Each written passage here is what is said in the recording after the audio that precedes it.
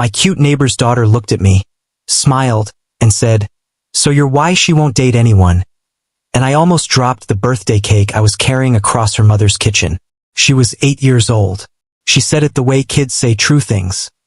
Plainly, kindly, without knowing it was a grenade. And just like that, 3 years of being the helpful neighbor next door started making a very different kind of sense. My name is Jack Holloway, I'm 36, and the woman this little girl was talking about was Claire Bennett, the widow across the cul-de-sac. The one whose porch light I'd fixed, whose groceries I'd carried, whose daughter I'd taught to ride a bike. Everyone in the neighborhood swore her heart had been closed since the day she buried her husband. I was just the neighbor, the reliable one, the man who showed up. But Lily looked at me over a plate of frosting like she'd cracked a code the rest of us were too scared to even look at. Claire was standing right there when she said it. She went very still. She didn't laugh it off. And the not laughing was the thing that undid me. The kitchen smelled like vanilla and warm sugar. 8 candles waited to be lit. Outside, kids screamed on the trampoline, and I could hear Claire's friend Natalie laughing somewhere near the back door. But in that kitchen, nobody moved. Lily licked frosting off her thumb and stared up at me, completely calm, like she just told me the sky was blue. "You fix our stuff," she said. "You watch movies with us. Mom smiles different when you come over." She shrugged. "So you're why?" I opened my mouth. Nothing came out. Claire set the lighter down on the counter. Slowly. Her hand was shaking just a little, and she was trying so hard to hide it that the trying was louder than the shake. "Lily," she said softly, "go tell your friends the cake's coming." Lily skipped off, mission complete, leaving a grenade with the pin already pulled. For 3 years I had stood in this kitchen and called it friendship. I told myself I helped because she needed help. I told myself the warmth in my chest when she laughed was just what neighbors felt. I had 100 careful words for it, and every single one of them was a lie I'd been comfortable telling.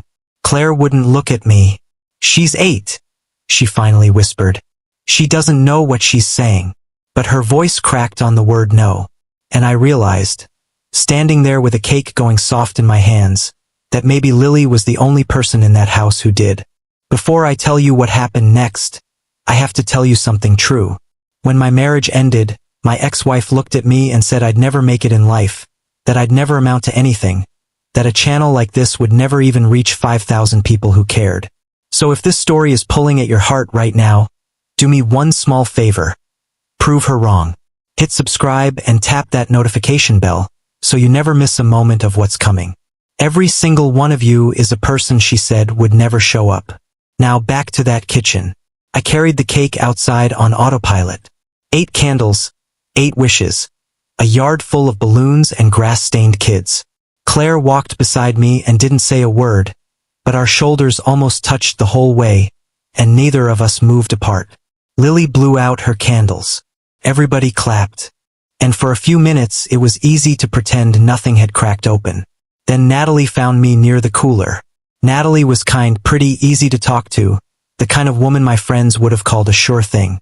She handed me a soda, laughed at something I said, and leaned in a little.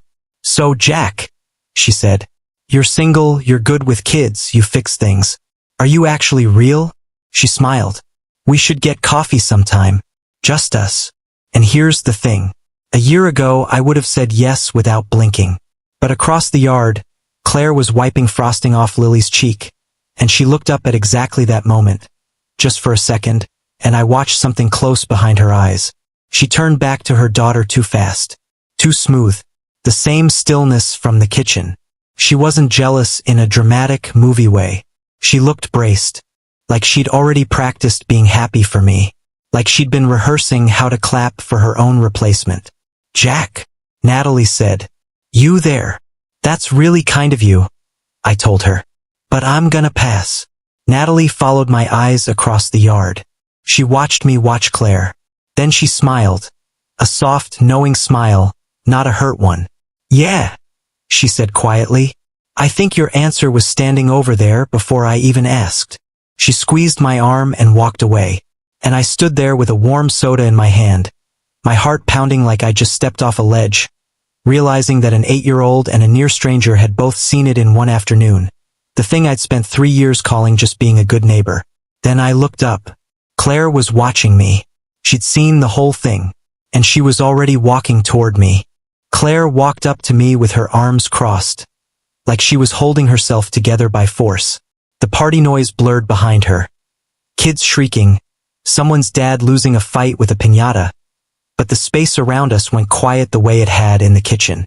"Walk with me," she said. We went around the side of the house, away from the balloons, away from Lily, away from anyone who could hear. The afternoon light was turning gold. Somewhere a sprinkler was ticking back and forth. "I owe you an explanation," Claire said. "For Lily. For back there. You don't owe me anything." "I do." She stopped by the fence and finally looked at me. Really looked, the way she hadn't in 3 years. "Mark's been gone 4 years, Jack. And every man who's tried to get close, I found a reason to push away. My sister thinks I'm scared. My mother thinks I'm punishing myself. But the truth is simpler and so much more humiliating." Her voice shook. "The truth is I already had someone who shows up, who fixes the leaky faucet at 10 at night because he heard it dripping, who taught my daughter to ride a bike because I couldn't watch her fall without crying. Every man I dated, I compared to a guy who wasn't even trying to be compared to. That's not fair to them." She swallowed hard. "And it's not fair to you either, because I never once told you." My chest felt like it might crack open right there on the lawn. "Claire," I said. "I told Natalie no. I saw. I didn't even have to think about it. 3 years, and I didn't have to think about it for 1 second. I stepped closer. I keep telling myself I'm just the neighbor, the reliable guy. But reliable guys don't feel like I do when your porch light comes on in the evening and I know you're home safe." Claire's eyes filled, but she didn't look away this time.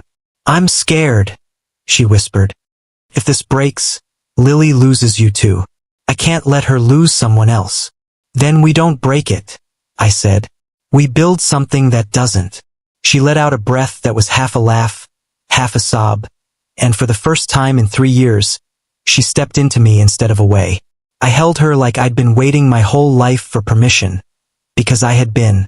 From the yard, we heard a small voice yell, "Finally," and turned to see Lily standing on the porch, fists in the air like she just won a championship.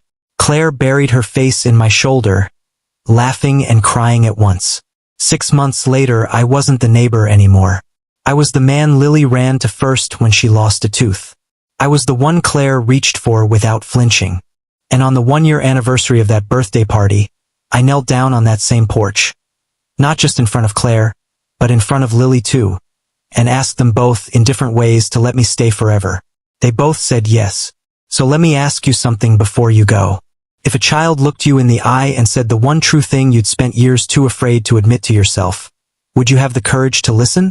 Or would you do what so many of us do, and convince yourself a kid just doesn't understand?